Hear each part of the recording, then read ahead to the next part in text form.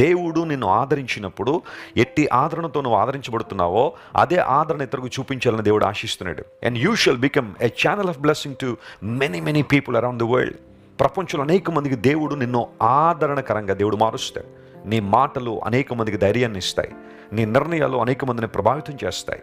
నువ్వు మాట్లాడే మాటలు, నీ ప్రవర్తన, నీ అలవాట్లు ఎక్కడో చోట ఎవరినొక్కరిని స్ఫూర్తితో నింపుతూ ఉంటాయి. అలాంటి ఆదర్శవంతమైన జీవితంలోనికి, ఆశీర్వాదకరమైన జీవితంలోనికి దేవుడు నిన్ను మారుస్తాడు.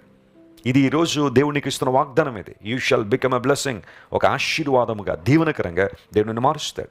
సాతానుకు సింహాసనంగా నీ జీవితం ఉన్నంత కాలం నీవు అనేక మందికి శాపకరంగాను అపహాస్యంగాను ఉన్నాయేమో, కానీ క్రీస్తు సింహాసనంగా నీ జీవితం మార్చబడగలిగితే ఆయన యొక్క సన్నిధి, ఆయన ప్రభావము, ఆయన మహిమను నువ్వు అనుభవించడంతో పాటుగా ఆయన చిత్తానుసారంగా నువ్వు జీవిస్తావు కనుక అనేక మంది నీ దగ్గరకు పరిగెత్తుకుని వస్తారు. What a blessing it is. ఈ వాగ్దానాన్ని క్లెయిమ్ చేసి ప్రభువును స్తుతిద్దామా?